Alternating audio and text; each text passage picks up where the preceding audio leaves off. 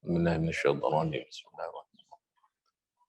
Ihdinas siratal mustaqim, siratal ladzina an'amta 'alaihim ghairil maghdubi 'alaihim waladdallin. Amin. Bismillahirrahmanirrahim. Hamdan salatu wassalamu amma ba'd. Alhamdulillah pada pagi hari ini kita bersama-sama bisa ngaji dalam keadaan sehat walafiat. Dimatikan dulu. Ini kita masih melanjutkan kajian atau pembahasan kita kemarin. Suaranya dimatikan ya. Gambarnya tetap. Jadi kemarin kita membahas tentang iman kepada Rasul ya. Iman kepada Rasul. Jadi Allah menciptakan para Rasul yang jumlahnya secara pasti dalam Al-Quran dikatakan tidak terbatas. Tapi oleh para ulama Ahlus Sunnah wal Jamaah, yang wajib kita ketahui itu adalah 25 Rasul. Karena itu disebutkan di dalam Al-Quran. Ya. Selebihnya itu minhum man qasasna wa minhum man lam naqsus alaik. Jadi Rasul itu jumlahnya tidak terbatas. Ada yang diceritakan oleh Allah melalui Al-Quran itu wahyunya. Lalu ada yang oleh Allah tidak diceritakan.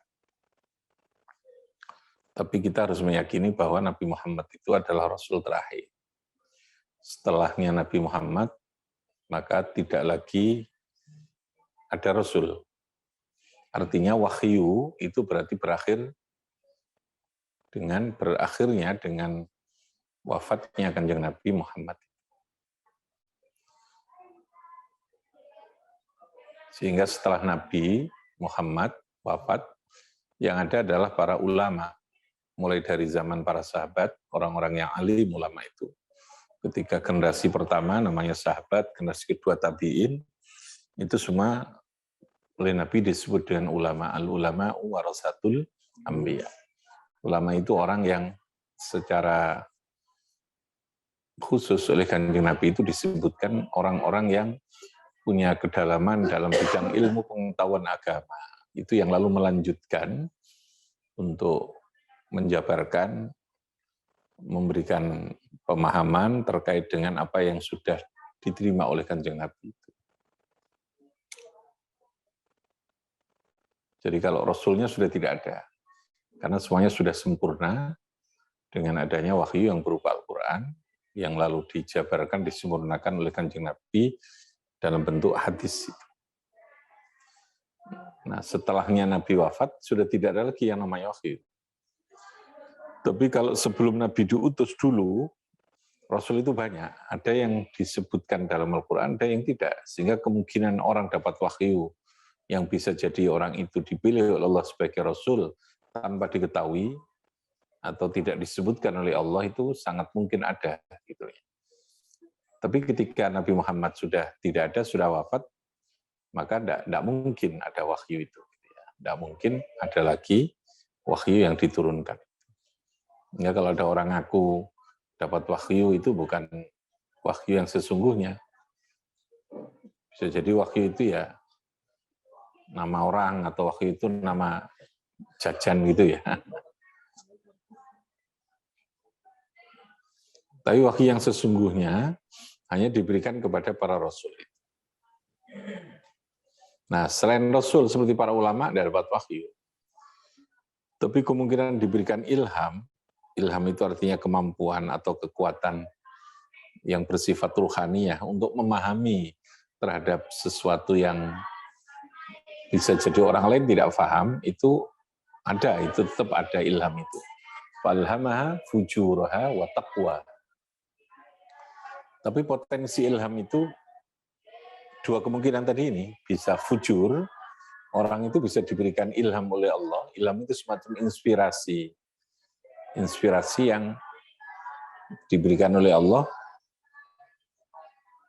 tidak mesti berupa sesuatu yang berupa akal atau ilmu, tetapi bisa wujudan. Wujudan itu sesuatu yang ditemukan di dalam hati manusia gitu.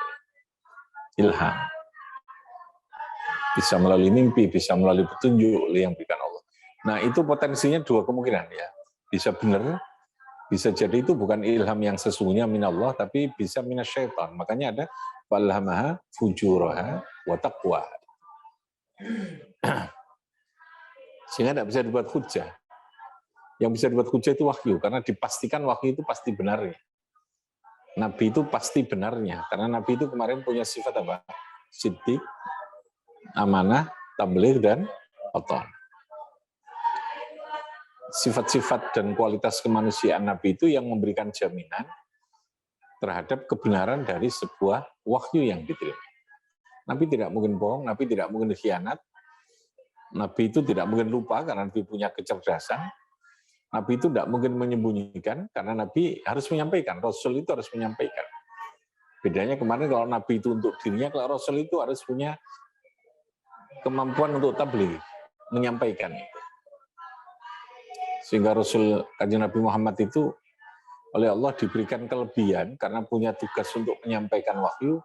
Nabi Muhammad ini diberikan kelebihan lisannya itu yang paling baligh, afsahul lisan, fasih, dan kalimat-kalimatnya itu kalimat yang betul-betul jawami'ul kalim. Jawami'ul kalim itu yang punya kalimat dengan kepadatan isi, keindahan, dan kepadatan yang luar biasa.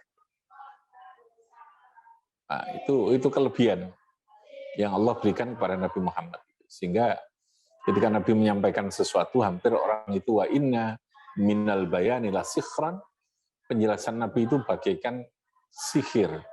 Yang ketika beliau ngendikan, ketika beliau menyampaikan sesuatu, maka apa yang disampaikan, yang beliau ngendikankan itu menjadi sesuatu yang bisa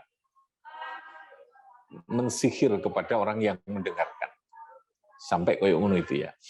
Karena tadi ada fungsi tabligh itu. Sehingga Nabi tidak mungkin bisu. Rasul itu tidak mungkin bisu, tidak mungkin diutus dari orang yang tidak bisa berbicara. Bukan kok Allah mendiskriminasi, tidak. Kenapa? Ya karena ada tugas tabligh tadi ini, gitu loh ya. Bukan lalu bisu itu tidak baik, ya. Karena bisu itu kan pemberian dari Allah juga kan. Tapi orang yang bisu tentu tidak punya tugas itu, gitu ya. Dia tugasnya yang lain. Bagi dia manfaatnya yang berbeda. Rasul karena punya sifat tabligh, tabligh itu lawannya kitman. Kitman itu menyembunyikan. Tidak boleh menyembunyikan ilmu itu. Makanya saya katakan orang alim itu, orang pinter itu tidak boleh kitmanul ilmi. Wong nek duwe ilmu itu kudu nyampaikno ilmu itu. Sehingga Kanjeng Nabi pun memberikan ancaman, barang siapa yang menyembuhkan ilmu, man katama ilman, aljamahullahu minan nar. Atau finnar. Aljamahullahu annar. Ada beberapa riwayat. Jadi wong nek menyembunyikan ilmu yang mestinya dia punya kemampuan untuk melakukan tabligh, menyampaikan, Allah memberikan ancaman. Ono ancaman gitu. Sehingga orang diam itu bukan selamanya baik ya. Tidak selamanya baik. Tidak selamanya tawadhu gitu loh. Aku gak enak ngerti nyampe aku didurung apik. Ya tidak boleh gitu ya. Tidak ada syarat orang untuk melakukan dakwah itu harus dirinya baik dulu. Paham ya? Tidak ada persyaratan untuk orang itu sempurna dulu, pinter disik, sempurna tidak.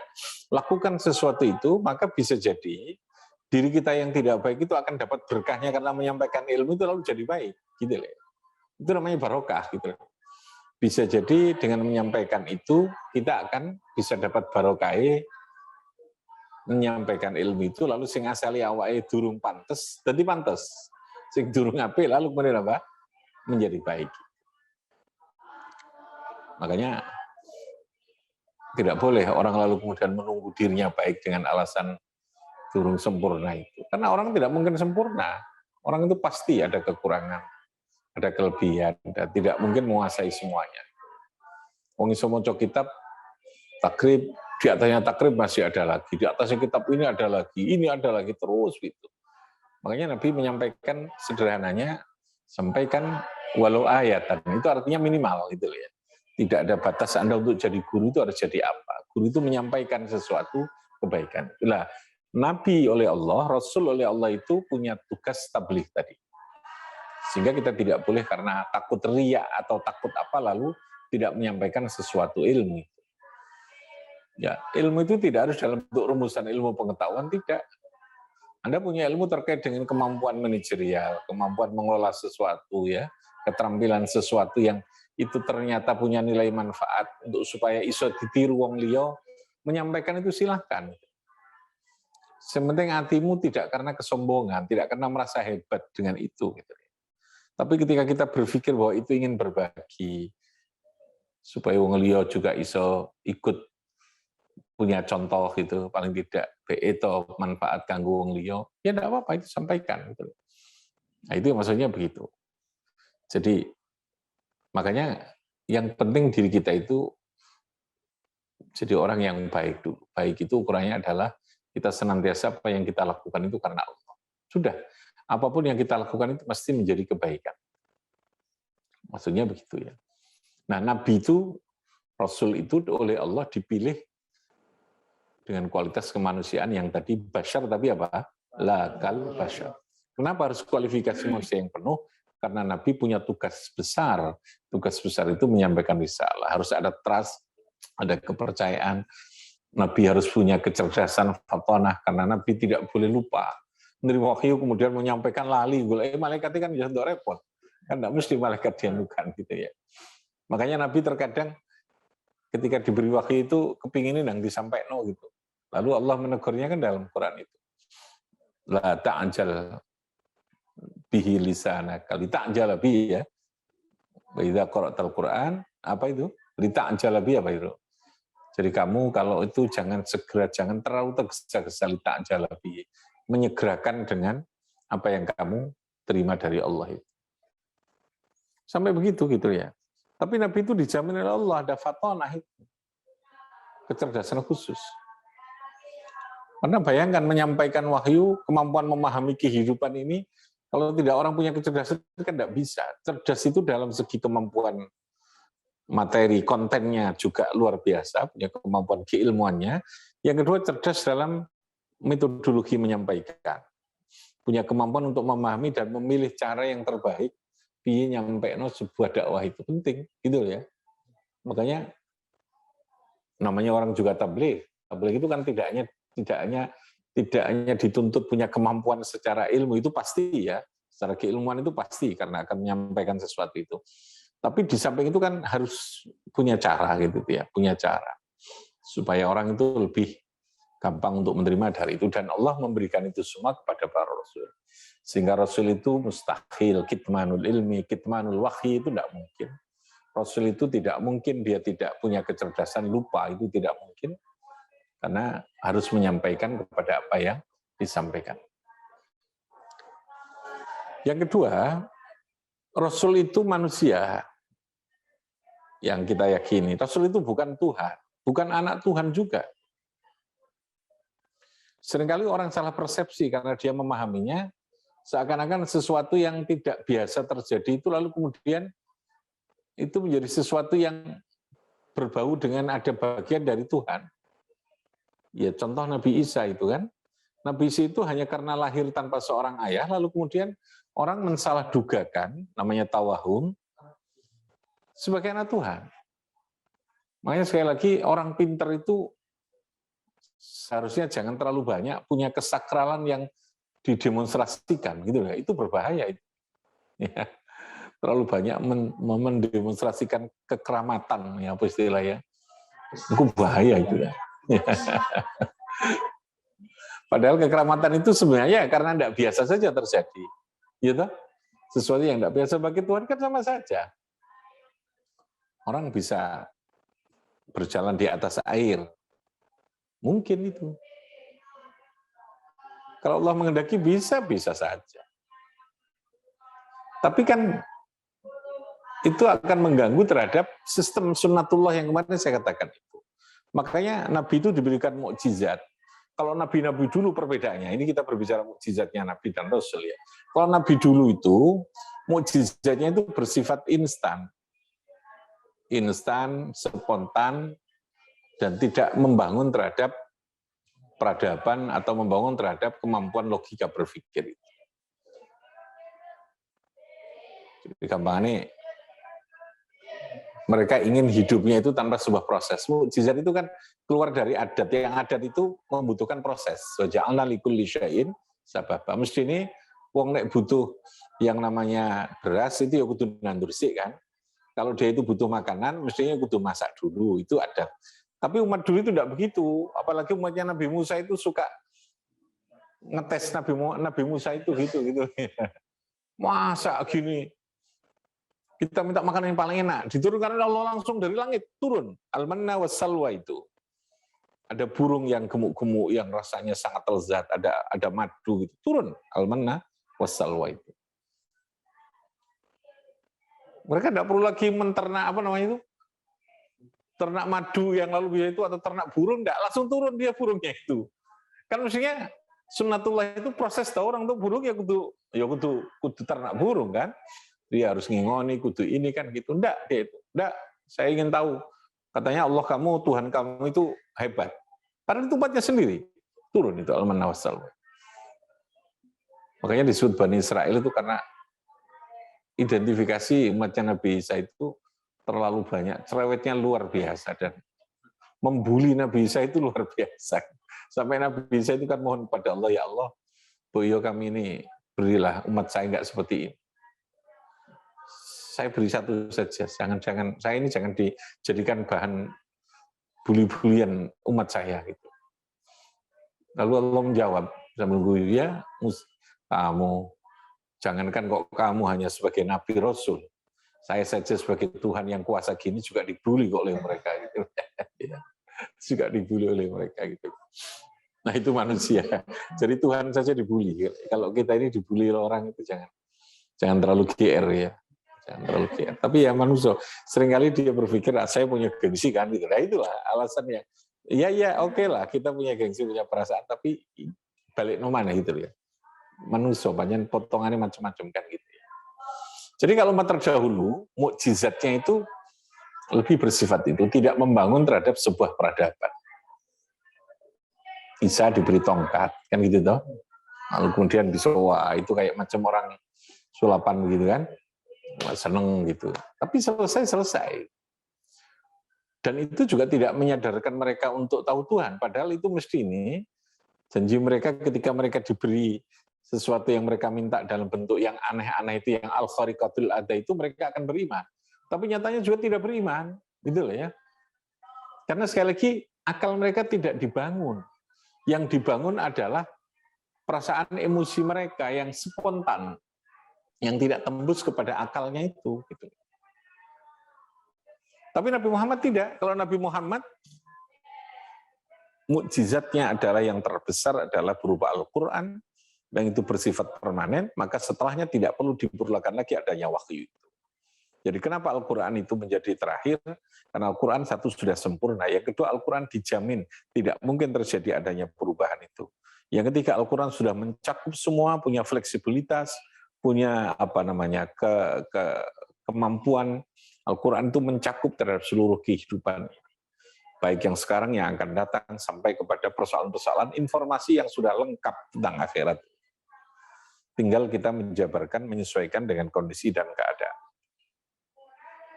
Nah, Al-Quran itulah yang membangun logika manusia agar supaya mampu untuk melahirkan peradaban manusia sebagai khalifatullah fil ardi. Makanya permanen umat Muhammad itu. Jadi Al-Hadi, Al-Quran itu, Al-Hadi itu hudan lil muttaqin. Al-Quran itu menjadi petunjuk, menjadi guidance, menjadi way of life-nya, menjadi pedoman hidup kita, gitu ya, menjadi pedoman hidup kita. Dan itu semuanya sudah komplit di dalam Al-Quran. Nah, Allah lalu kemudian menjadikan Al-Quran itu supaya menjadi pedoman dan manusia mau mendekat kepada Al-Quran, itu Allah itu memberikan kemudahan yang luar biasa. Mulai dari membacanya, mau cetok loh awakmu, masuk gak paham, ikut AKI ganjaran. Karena nanti bisa jadi proses membaca yang awalnya mungkin tidak paham apa-apa, ketika sudah mulai dapat hidayah, dia akan berusaha untuk mencari proses pemahaman. Jadi itu namanya ada tobakon an tobak, ya, ada tadrij, ada tahapan-tahapan gitu ya. Tidak langsung orang Al-Quran itu langsung kamu pahami, kudu ngene Kak, kamu tidak dapat pahala, tidak begitu Kak. Wajan saya gak popo. Nah itu Al-Quran luar biasanya begitu. Nah, Nabi Muhammad sebagai seorang Rasul itu diberikan mukjizat yang berupa Al-Quran itu yang paling. Nabi itu jarang sekali Nabi Muhammad itu mendemonstrasikan, itu jarang sekali. Dan itu tidak atas permintaan umatnya. Umatnya itu jarang kok minta umat. Dan tidak pernah gitu. Dalam kondisi tertentu untuk membangun mentalitas itu saja kadang-kadang. Umat itu gak jaluk neko-neko. Kalau sahabat-sahabat itu tidak jaluk neko-neko seperti mereka. Gitu. Dalam saat kepepet, namanya ketika saat peperangan, di mana logistiknya sudah habis. Gitu. Pasti Nabi kan menjadi tumbuhan. Muhammad panjenengan. Nah, ketika berdoa, doa ini harus melalui sebuah proses kan tentu akan menjadi panjang. Langsung Nabi oleh Allah diberikan keluar keramati. Gitu. Lalu Nabi mau menggunakan kekeramatannya yang sangat disayang oleh Allah dekat begitu, sewaktu-waktu juga bisa. Tapi Nabi itu kan tidak suka mendemonstrasikan begitu. Apalagi sekedar supaya banyak pasirnya, gitu ya. Jadi Mbah Dukun. Gitu. Soro itu namanya keramat bukan karena soleh itu ya. Solehnya bukan karena ilmu maksud saya ya. Jadi bisa jadi orang itu soleh tapi bighairi ilmin itu berbahaya. Makanya soleh itu harus biilmin. Soleh itu harus dengan dasar keilmuan dan supaya orang jadi dukun tadi itu gitu ya. Orang jadi dukun ya ora apa-apa sih ya. Asal bil ilmi dukunnya gitu ya. Jangan hanya sekedar bil apa itu jambi-jambi gitu aja deh. Jangan dikeramatkan karena bukan ilmu. Ilmu itu akan keramat. Orang pasti akan keramat karena ilmu dengan sendirinya. Tapi jangan dibalik. Keramat karena bighairi ilmin itu bisa berbahaya tadi. Bisa berbahaya. Jadi Nabi Muhammad itu jarang. Sehingga ketika peperangan itu Nabi Muhammad kehabisan logistik, oke, siapa yang punya makanan? Kumpulkan semua. Tinggal sedikit. Diaduk Nabi Muhammad, semuanya makan semua jadinya. Itu sudah cukup. Menjadikan para sahabat, tanpa itu pun sahabat sudah yakin bahwa ini Rasul. Gitu loh ya. Karena sudah dibangun logikanya. Diajarkan hal-hal yang menyangkut tentang makna kehidupan dan sebenarnya siapa Tuhannya. Jadi sekali lagi kalau zaman kita saat ini, karena kita masih punya namanya mukjizat, kita semua punya mukjizat. Gitu loh ya. Yang diwariskan Nabi Muhammad, mukjizat itu berupa apa? Al-Quran. Jadi kalau kita ingin sakti, maka fahami Al-Quran itu dengan baik. Paham ya? Al-Quran sudah menginformasikan bagaimana fungsi lautan, sehingga kita bisa punya kesaktian untuk bisa berjalan di atas laut. Tapi harus menggunakan logika dan ilmu. Namanya ilmu perlautan, ilmu perkapalan. Gitu? Al-Quran sudah menggambarkan bahwa ada yang namanya udara, ada namanya langit, ada namanya kemampuan di atas itu. Semua bisa kita menuju ke sana, bisa terbang, kita bisa ke sana, tapi terbangnya tidak dengan kesakralan, tapi dengan menggunakan apa? Logika dan ilmu. Harus menciptakan kapal terbang. Pesawat terbang kok kapal ya, pesawat terbang. Kalau kapal itu kapal laut ya. Kita harus menciptakan pesawat. Kalau kita ingin berbicara jarak jauh, orang dulu kan begitu toh. Ada kesakralan yang orang bilang kita bisa bicara dengan orang yang dari sana. Jarak jauh, ya cukup saja beli HP. Gitu. Kenapa harus puasa mutih sampai sekian kali? Itu bukan jalurnya itu. Anda masih ingin memaksa Tuhan untuk mendapatkan mukjizatan, apa begitu ya? Yang namanya keramat itu ya. Suwen gitu ya. So mati kematus. Kayak itu yang namanya kekeramatan itu. Jadi ada logika yang dibangun itu. Jadi sekali lagi Rasul Muhammad adalah terakhir. Kenapa terakhir? Karena Al-Quran sudah sempurna. Dalam Al-Yawma akmaltu lakum dinakum. Ayat itu ketika turun sahabat itu menangis. Sahabat yang peka itu pun ketika datang ayat idza jaa nasrullahi wal fathu wa ra'aitan nasa, itu Ibnu Abbas itu sudah menangis. Yang lain sahabat itu semuanya gembira karena Allah sudah mendeklarasikan bahwa agamamu sudah sempurna Muhammad. akan banyak orang masuk kepada agama Islam afwajan bergelombang. Semua sahabat itu gembira. Tapi satu sahabat yang punya kepekaan luar biasa. Ibnu Abbas itu, Abdullah bin Abbas, dia menangis. Kenapa kamu menangis? Anda tahu, ayat itu turun berarti Nabi Muhammad tidak ada. Beliau akan segera dipanggil oleh Allah. Sampai seperti itu. Yang kabeh kan mesti senang dong. Gitu ya. Tapi Nabi tidak. Dengan ayat itu artinya Nabi Muhammad itu akan dipundut oleh Allah karena sudah disempurnakan. Nah, itu ada sahabat yang seperti itu. Jadi tafsirnya bukan tafsir secara ilmu saja, tapi juga tafsir kedalaman mata hatinya untuk melihat sesuatu yang orang lain tidak paham secara logika. Nah, itu. Idza jaa nasrullahi wal fath wa ra'aitan nasa yadkhuluna fi dinillahi afwaja fasabbih bihamdi rabbika wastaghfir innahu kana. Ayat itu kan menandakan kesempurnaan. Idza jaa nasrullahi. Tapi sahabat, jadi ada yang tahu itu. Kamu kok gembira? Kamu kok nangis? Kamu kok gembira? Kan senang mestinya. Enggak. Saya senang Islam yang sudah sempurna, tapi saya akan kehilangan seorang nabi yang kita cintai.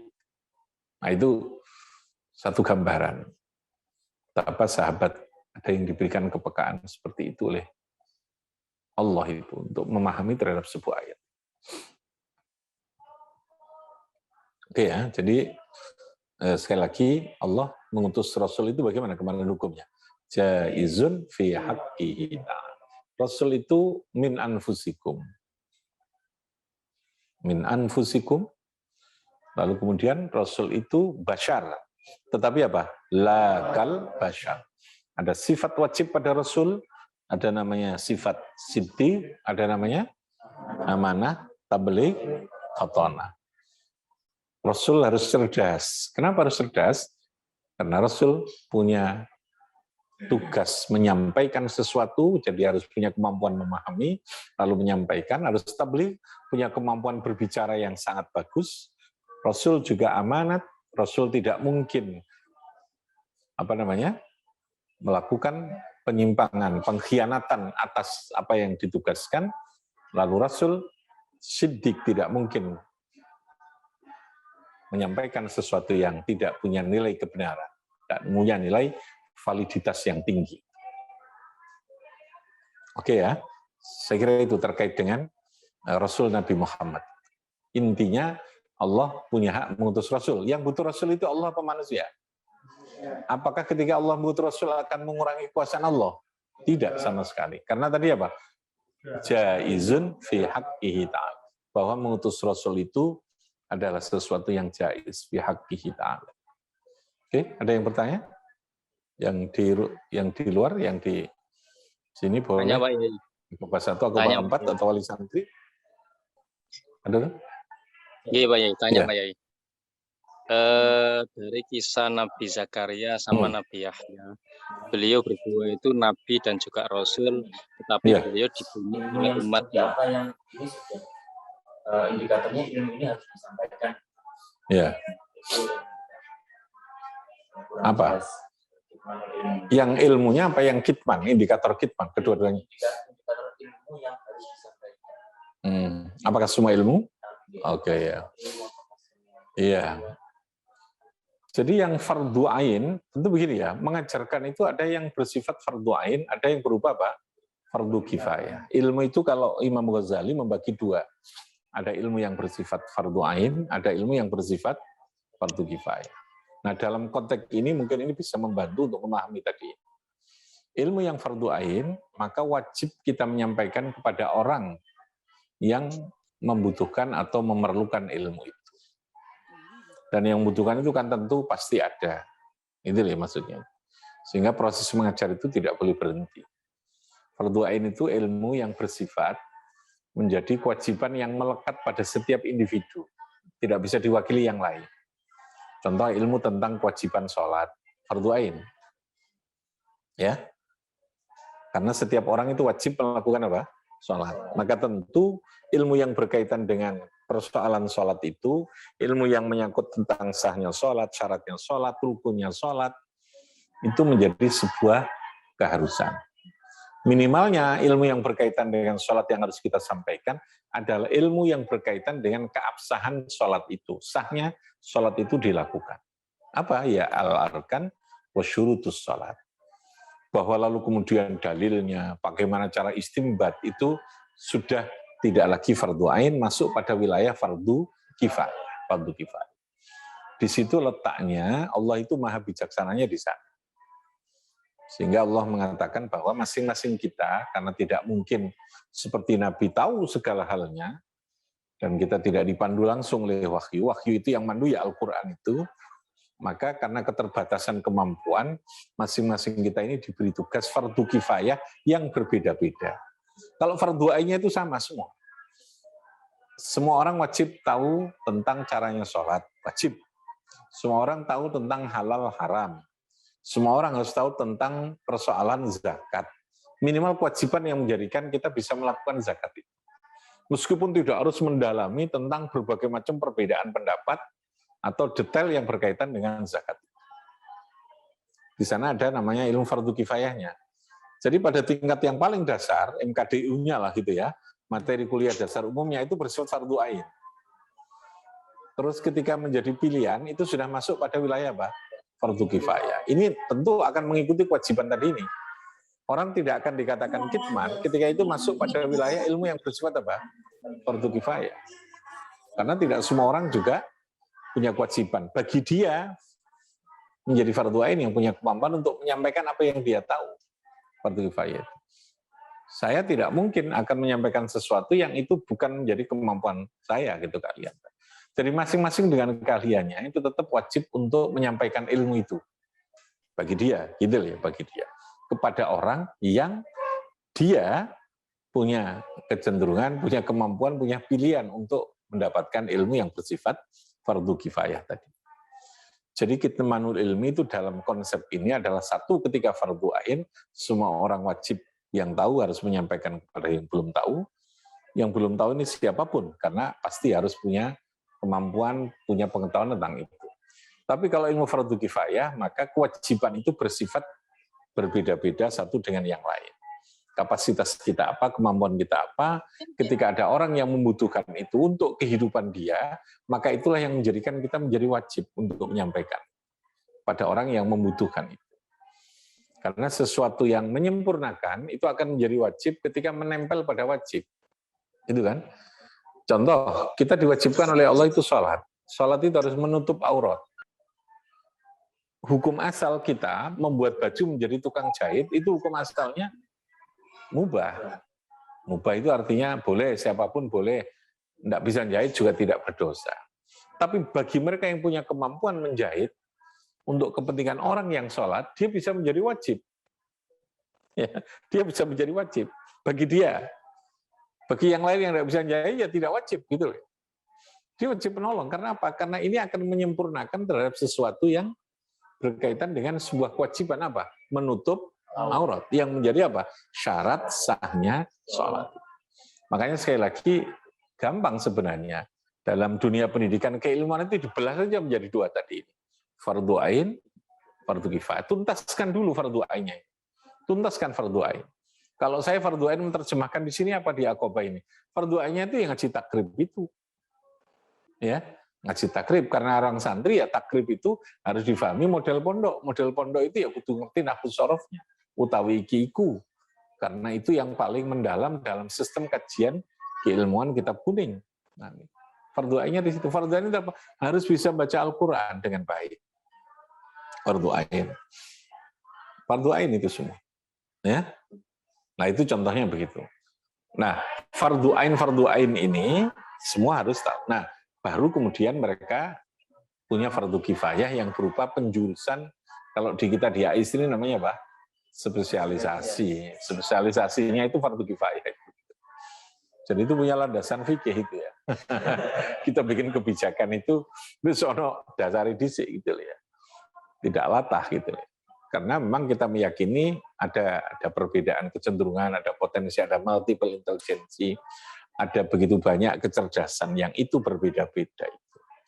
Tapi yang fardu ain semua harus sama. Cerdas apapun harus ngerti sholat, kudu iso carane sholat sing bener, kudu ngerti ilmu sholat. Itu contohnya. Ya. Dari Ibu Yanti. Bu Yanti ya.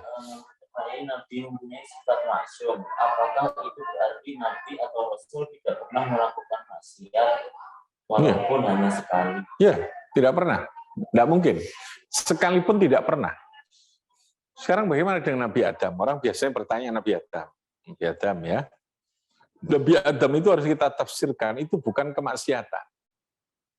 Jadi bukan sebuah, maka dalam Al-Quran itu Allah menyebutnya, walam najid lahu azma.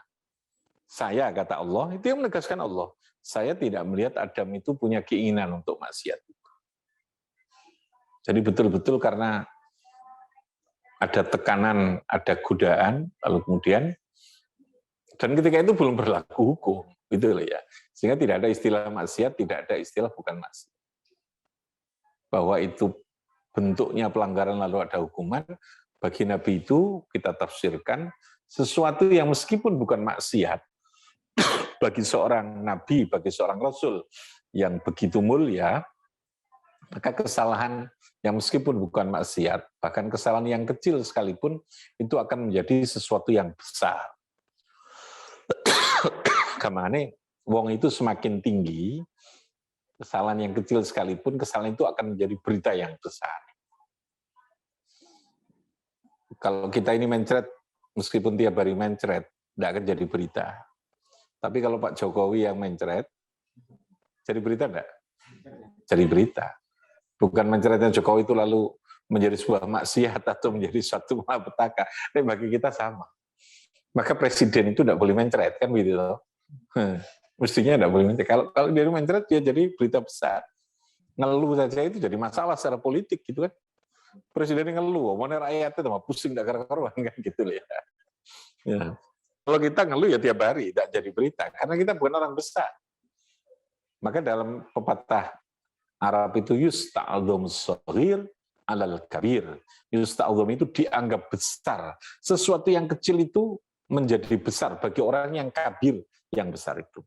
Nah, peristiwa yang terjadi pada Nabi Adam itu sebenarnya adalah walam najid azma kecil. Kenapa ya? Karena diabadikan Allah di dalam Al-Quran. Kenapa Allah diabadikan itu ya? Karena untuk menjadi contoh. Ada pelanggaran yang dilakukan oleh setan, oleh iblis, ada pelanggaran yang dilakukan oleh Nabi Adam. Kalau itu dikatakan pelanggaran. Tapi sangat berbeda kasusnya. Setan itu melakukannya dengan kesombongan dan penuh kesadaran. Gitu loh ya. Kalau Adam itu melakukannya kan betul-betul di luar kesadaran dan karena ditipu, dibujuk rayu oleh setan. Kenapa bisa terjadi begitu? Allah tidak melindungi. Melindungi, tapi itu menjadi contoh sekali lagi ya. Karena itu bukan sebuah pelanggaran, bukan maksiat. Gitu loh ya. Bukan maksiat. Bukan maksiat. Jadi kemungkinan boleh. Kesalah dapat Rasul itu boleh ya. Salah itu tidak mesti maksiat. Salah. Keliru. Mana yang saya jelaskan, keliru, lupa, salah pada Nabi itu boleh. Yang tidak boleh pada Rasul adalah maksiat. Maksiat itu berbuat dosa. Yang menjadikan. Kalau manusia pasti pernah berbuat dosa itu. Meskipun itu kecil. Itu bedanya ya. Karena kita tidak dijaga oleh Allah, tidak masuk. Makanya lalu ada taubat itu. Ada taubat itu. Taubat itu stepnya apa? Yang menghapus, mendel ya, apa? Mendelet terhadap itu ya. Langsung dibersihkan taubat itu. Ada caranya. Nah itu Allah Maha bijaksananya di situ ya. Ada lagi? Dari Ibu Riyatun Purito. Alisandrin. Kalau kita punya saudara non muslim, apa wajib kita menyampaikan untuk Allah? Iya. Jadi lakukan dengan cara yang tidak menimbulkan masalah. Karena kewajiban kita adalah sekedar apa? Menyampaikan. Menyampaikan tidak harus dengan bahasa lisan. Sampaikan dengan bahasa contoh itu yang lebih konkret karena saya yakin mereka sesungguhnya sudah tahu kok. Secara keilmuan, secara apa? Ilmu itu mereka tahu ya, tetapi persoalannya hidayah tadi. Nah, hidayah itu lebih banyak kemampuan yang di luar akal kita, kemampuan di luar usaha kita. Bagaimana doakan, beri contoh yang baik, malah justru diapii, jangan dijauhi. Sehingga kita punya peluang untuk memberikan, jangan dibenci, gitu. Jangan dibenci. Karena kalau kita membenci, maka kita tidak punya. Ya cuman kadang-kadang kita ini gitu ya, karena kita ini merasa ingin menjaga iman kita, gitu kan. Kita sudah langsung membuat batas kan gitu cara. Oh, kayak wedi gitu. Sebenarnya kita karena kitanya masih kerdil gitu. Tapi ketika orang dengan kualitas keimanan tertentu ya enggak perlu takut. Wong dia sudah kuat kok. Justru dia mendekat ini ingin menjadikan dia minimal itu simpati kepada kita. Minimalnya itu di sana. Karena sekali lagi urusan dia mau masuk Islam itu urusan hidayah. Gus Dur itu orang yang paling pede. Karena ya namanya putranya Ki Hasyim Asy'ari, ilmunya wakeh itu. Pede banget, jadi ibarat ikan ngono, meskipun ikannya dicemplung nang ngone lautan itu yang asin, cemplung nang ngone banyu sing dikek uyah akeh, dia akan berubah. Karena sudah punya benteng diri yang kuat. Kita yang gampang tersinggung, yang lalu menghindar. Ya karena kita bukan ikan yang kebal seperti itu gitu. Kalau Gus Dur kan kebal biasa saja. Bahkan di Gojologi ketika dibully, wah Gus Dur itu sudah dibaptis, diguyangi banyu kan. Guyang banyu bagi Rasul itu kayak bagi seorang Gus Dur kan biasa saja. Seperti dia diguyang sama apa saja kan gitu. Wah sing delok wae kan, itu diartikan baptis itu kan. Istri Rasul tidak bantah itu, Gus Dur tidak bantah itu kan. Gus Dur lalu hanya bilang tertawa saja, ya sudah ya kalau saya murtad tinggal baca syahadat, kan masih Islam lagi sudah. Nanti kan daripada berdebat pada orang yang tidak paham kan begitu. Kan tidak menjelaskan apa yang dipersoalkan, tapi Gus Dur justru membelokkan gitu. Ya wis aku nek dadi murtad ya aku maca syahadat ya wis. Balik Islam maneh toh gitu. Gitu aja kok repot gitu ya. Orang ngerti banyak ilmu itu akhirnya menjadi enteng sekali hidupnya, tidak ada ketakutan, khawatiran. Nah, seorang muslim yang terlalu yang terlalu menutup diri, yang terlalu eksklusif itu kecenderungannya adalah karena kadang kitanya yang masih belum terlalu kuat. Khawatir awake dhewe aslinya gitu. Ya enggak apa-apa kalau kita khawatir, itu hak pilihan. Tapi kalau Anda memang sudah punya kemampuan, lakukan tanpa harus kita merasa membenci kepada orang. Betul apa-apa, Bu? Jadi silakan. Yang kita lakukan adalah sesuai kemampuan kita dan terus kita doakan mendapatkan hidayah dari Allah itu. Ini tidak, itu sudah kita, bukan kewajiban kita. Nggih. Ibu Uke Farida. Nggih, Ibu Uke. Bagaimana caranya taubat nasuha? Iya. Dalam konsep yang ada di dalam kitab Riyadhus Shalihin, di halaman pertama itu ada beberapa persyaratan taubat. Taubat yang berkaitan dengan dosa kepada Allah, yang pertama, ini sama ya. Jadi ada dosa yang berkaitan dengan Allah, ada yang berkaitan dengan Allah, ada taubat yang berkaitan dengan dosa berkaitan dengan hak sesama manusia. Yang sama cara taubatnya satu, segera menghentikan al-iqla' minadz-dzam. Hentikan perbuatan yang tidak baik. Jadi kalau kita suka minum, umpamanya, minum maksudnya adalah minum khamr yang dilarang, ya hentikan minum itu. Hentikan. Tapi itu pun ada proses gitu ya. Yang kedua, nadem, menyesali. Apa yang kita lakukan itu disesali. Ciri penyesalan itu tentu masuk pada syarat yang ketiga. Al-azm ala alla ya'udah. Punya tekad yang kuat untuk tidak mengulang terhadap kesalahan itu. Jadi yang pertama, an-nadem, ada penyesalan, lalu penyesalan dibuktikan dalam bentuk iqla. Iqla itu mencabut dari perbuatan dosa itu, al-iqla' minadz-dzambi, lalu yang ketiga adalah al-azm alla ya'udah, punya tekad untuk tidak mengulang kesalahan itu. Lalu yang keempat adalah segera melakukan perbuatan-perbuatan baik. Disusul dengan wa'ad bi'is sayyi'ata al-hasanata. Bisa dalam bentuk istighfar. Jadi tobat itu tidak mesti dengan hanya kalimat istighfar. Istighfar tapi cek bolak-balik ya padha wae gitu ya. Itu pelengkap salah satu rukun. Jadi istighfar dengan banyak bersedekah. Sedekah itu juga menghilangkan dengan sholat gitu ya. Dengan berbuat sholat, dengan memperbaiki hubungan kita kepada orang. Itu cara-cara kita bertaubat itu. Insya Allah itu bagian dari taubatan nasuha itu. Nah, kalau ada dosa yang berkaitan, ada hak yang berkaitan dengan hakul adami, maka segera diselesaikan. Kalau itu dalam bentuk utang piutang, ya segera disaur, diberikan ketika kita sudah mampu itu. Ini gak mampu sampai meninggal dia tidak mampu nyaur, karena memang betul-betul tidak mampu, ya insya Allah Gusti Allah akan memaklumi itu. Gitu loh ya. Jadi ada dosa yang dimaklumi sama Allah. Benar ya? Tapi kan orang tidak mungkin punya niatan gak mampu itu ya. Tapi kan mesti punya keinginan untuk tetap mampu menyampaikan hak dan kewajiban. Terakhir dari Pak Farid, apakah seorang muslim yang menjadi dukun itu berarti dia sudah termasuk dukun yang berilmu? Iya, jadi dukun itu kan banyak ya. Kalau dukun dalam pengertian umum yang mengandalkan sakralan itu ya, apalagi menggunakan kekuatan-kekuatan lain, apalagi yang memuja kekuatan lain, tentu itu tidak boleh. Tapi dukun itu bahwa orang diberikan ma'unah oleh Allah, karena orang yang mukmin itu juga diberikan kelebihan. Boleh. Makanya Allah juga memberikan contoh, ada tongkat yang menjadi. Jadi tanpa tongkat pun sebenarnya Allah bisa membekukan lautan, itu bisa. Paham ya? Tetapi semuanya kan Allah menciptakan dengan sebab. Nah, sebab ini bisa dilewatkan orang tertentu yang dipilih oleh Allah. Tapi sekali lagi ini ya, orang-orang yang diberi kelebihan seperti ini harus tetap berada dalam posisi yang tidak mengganggu terhadap akidah itu. Bahwa kelebihan itu bagi Allah itu sama saja. Karena Allah bisa menciptakan sesuatu yang adiyah dan yang ghairu adiyah. Jadi kalau orang bisa sembuh karena diberikan minuman, bisa. Itu bisa kita yakini ada. Kalau ada kayu tertentu yang karena orang itu riyadhah, lalu Allah memberikan kekuatan melalui kayu itu boleh.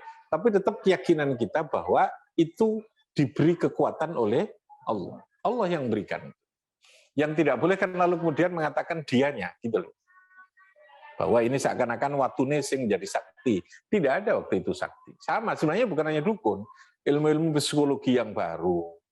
Manusia-manusia yang merasa bisa menciptakan sesuatu, yang lalu di dalam proses penciptaannya itu menghilangkan kepada Allah, menghilangkan kemampuan dan kekuasaan Allah, itu juga salah. Itu juga salah. Banyak toh orang yang merasa bisa bikin teknologi lalu merasa iki karya saya, gitu ya. Secara formal boleh bahasa itu, tetapi tetap harus dengan keyakinan bahwa kemampuan, bahwa karya yang diciptakan itu tetap itu karena Allah yang memberikan kemampuan kepada kita.